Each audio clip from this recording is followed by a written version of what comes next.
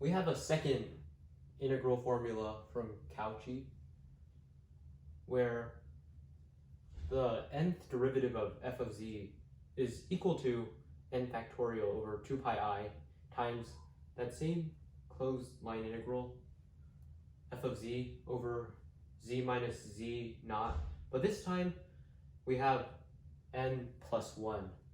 Oh wait, there's a 0 here. dz. So it's kind of like the last formula, except there's an additional n.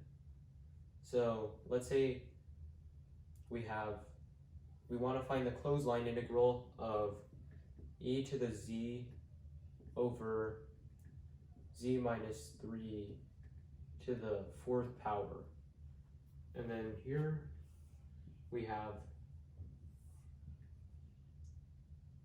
a bunch of contour lines that surround z equals 3. So no, there is no Cauchy's theorem to bail us out of having to do the math. We'll have to use Cauchy's integral formula once again. Oh, don't forget the dz, math conventions. So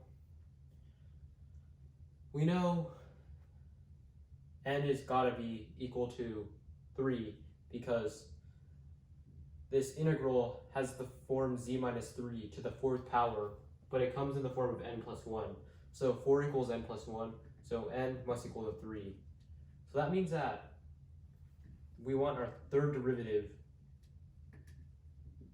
of f with of z naught equal to 3 factorial over 2 pi I closed line integral of whatever.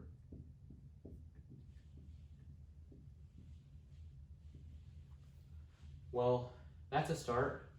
We know that our f of z is e to the z, so we want to find the third derivative of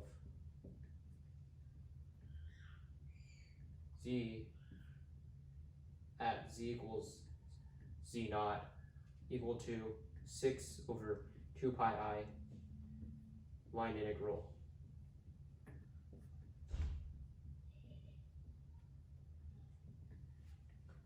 Our discontinuity is obviously at z equals 3, so we know what z naught is.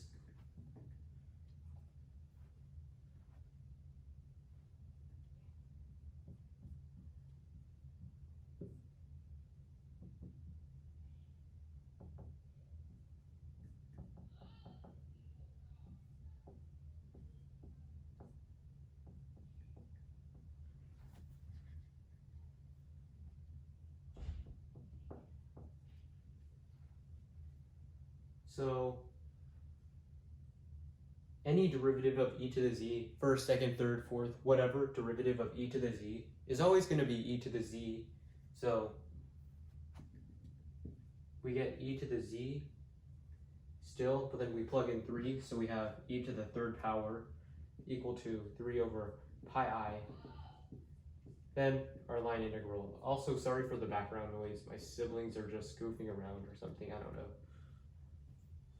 Then we can use algebra, simplify it out, or not simplifying it out, but I'm just saying words.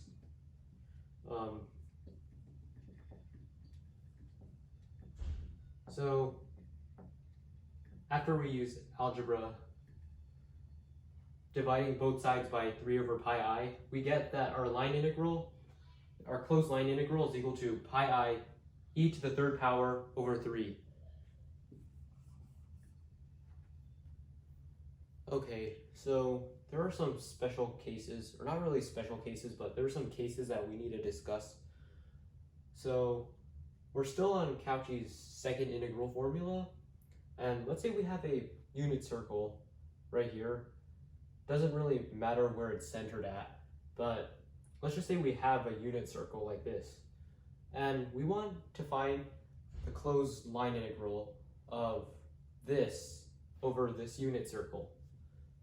Well, let's just apply Cauchy's second integral formula. So first of all, let's simplify this out to this.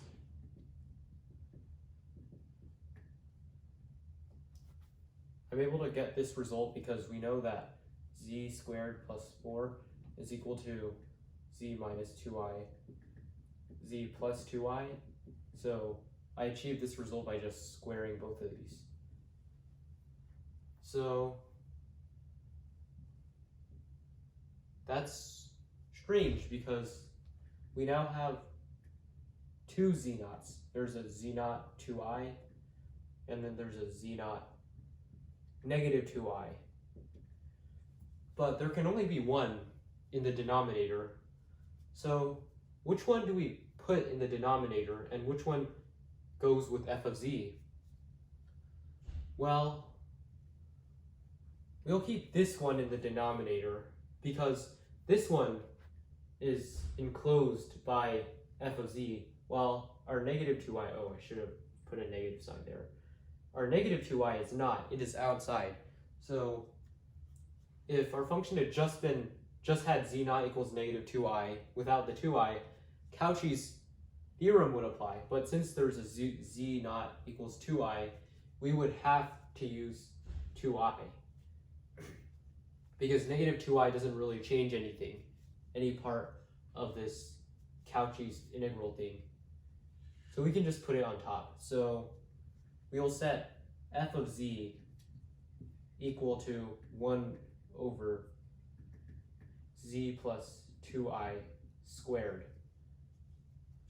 So now we have the closed line integral of 1 over z plus 2i squared over z minus 2i squared dz. And now we could just write out our formula. It's kind of complicated, so I'm just going to write out the whole thing, and so you also remember. F of n of z naught equals to n factorial over 2 pi I closed line integral of f of z over z minus z naught to the n power d, n plus 1 power dz. Don't forget the n plus 1. So now we have f to the first derivative of z naught equals to 1 factorial 2 pi I closed line integral f of z, z minus z naught, 1 plus 1, or 2, dz. Okay, I had to make a cut there because I was kind of running out of room, and I didn't want to have to make my way up the whiteboard instead of, I want to go downwards. Okay, so we have our first derivative of f with respect to z at z equals z naught equals 1 over 2 pi I, and then the line integral that we want to solve for.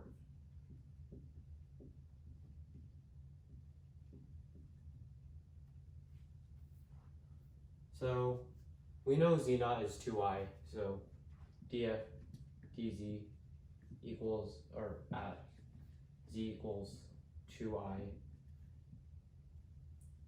Then we can just multiply this by 2 pi I.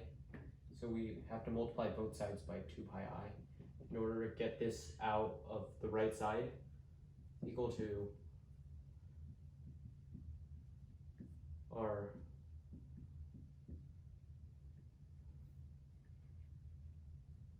line integral.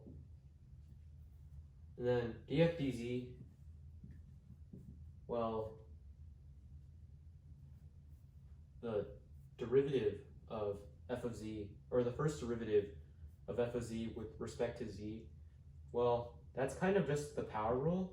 So we have z plus 2i to the negative second power. We can just use the power rule and find that our derivative is this. So that's equal to negative 2 over z plus 2i to the third power. So